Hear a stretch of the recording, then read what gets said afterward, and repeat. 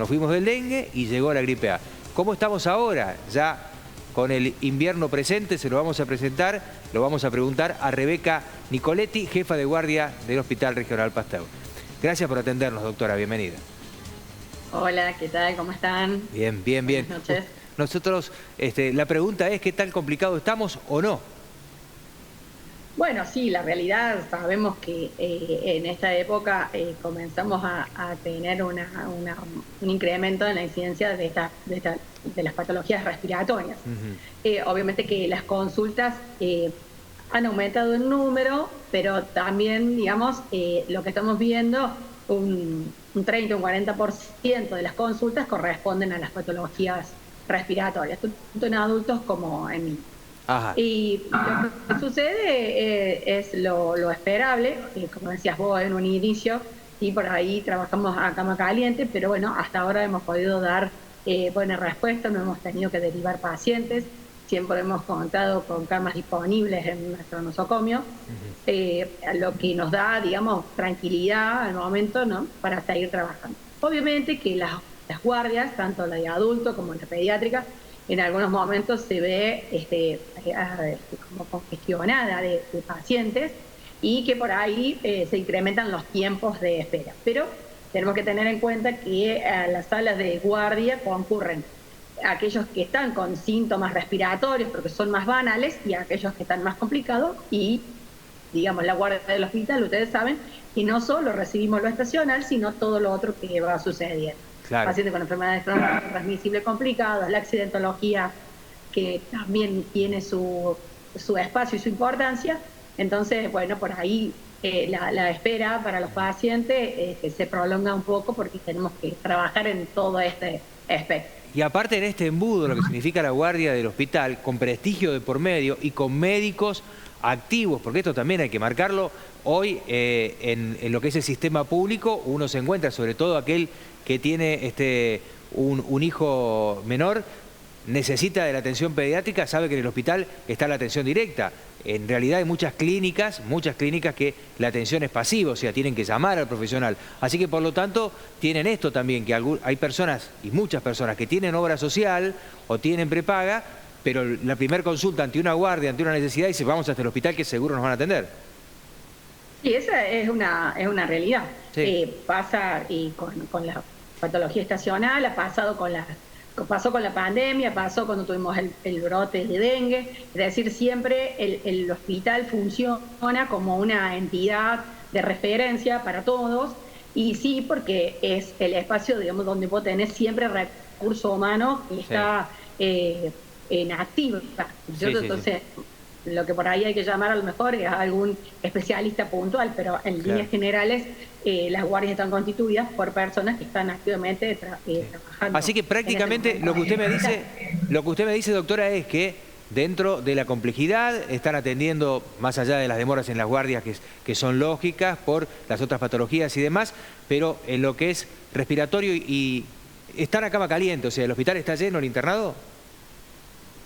Sí, estos últimos días sí, tanto la parte del interno de adulto, clínica médica, pediatría, estuvo también en algún momento con las camas bastante apretados. Yo siempre digo que la casa es chica, pero el corazón es re grande, pero siempre nos vamos acomodando y nos vamos adaptando, y hemos podido, que es interesante en nuestro hospital, digamos que hoy niños con patología respiratoria complicada pueden estar en nuestro nosocomio, lo mismo que los pacientes adultos.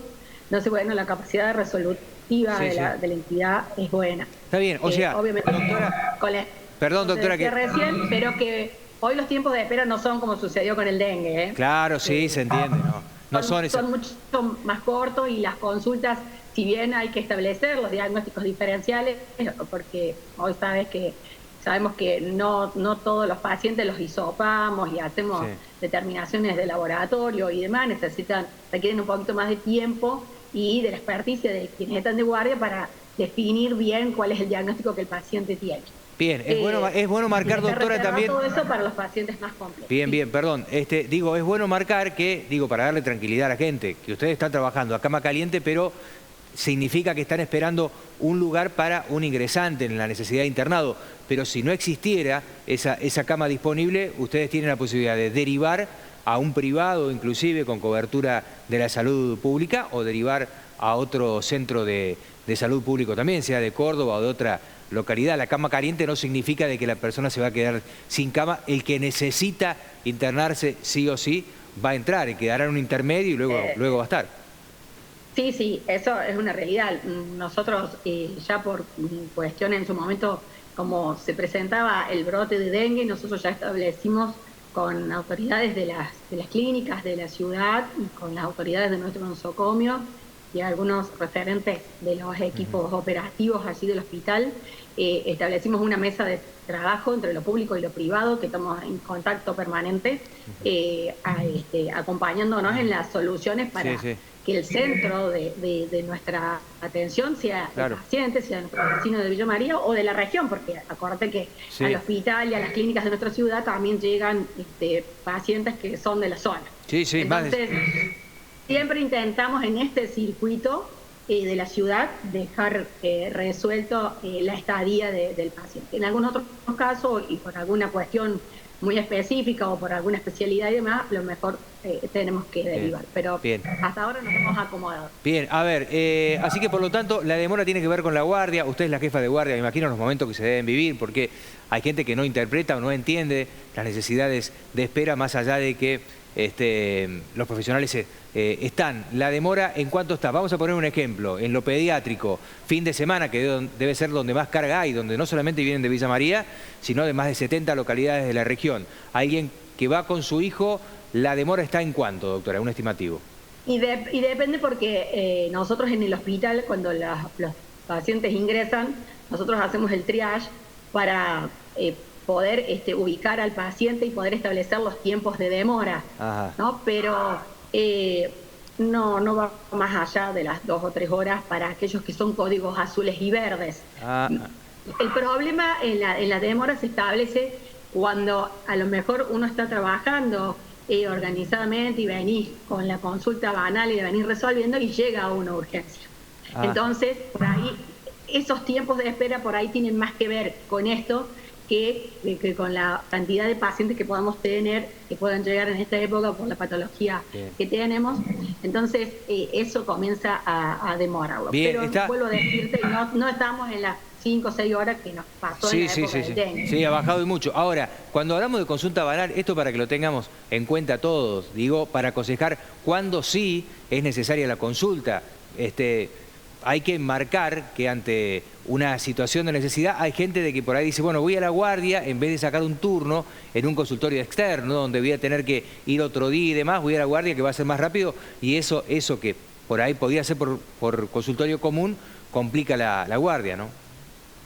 En realidad sabemos que la patología respiratoria en el menor de 5 años es un motivo de consulta, hay que verlo porque es una de las etapas de la vida donde las patologías respiratorias de época, bueno, pueden llegar a ser graves. Y las personas mayores de 65 años. Después queda el otro grupo etario, entre estos dos que yo te menciono, en donde en realidad la consulta debe hacerse, pero bueno, cuando ya ha habido tantas horas de fiebre, o no poder manejar el síntoma, el poder manejar la fiebre, no poder hacer que descienda, o aparecen otros síntomas que comprometen el estado general del paciente, o el paciente tiene, por más que no esté dentro del grupo etario de estos dos que yo mencioné, hay personas que tienen patologías preexistentes y entonces cualquiera de estos cuadros puede desmejorarlos, ¿no? O ponerlos en una situación más crítica. Bien, la última, doctora. Siempre le pedimos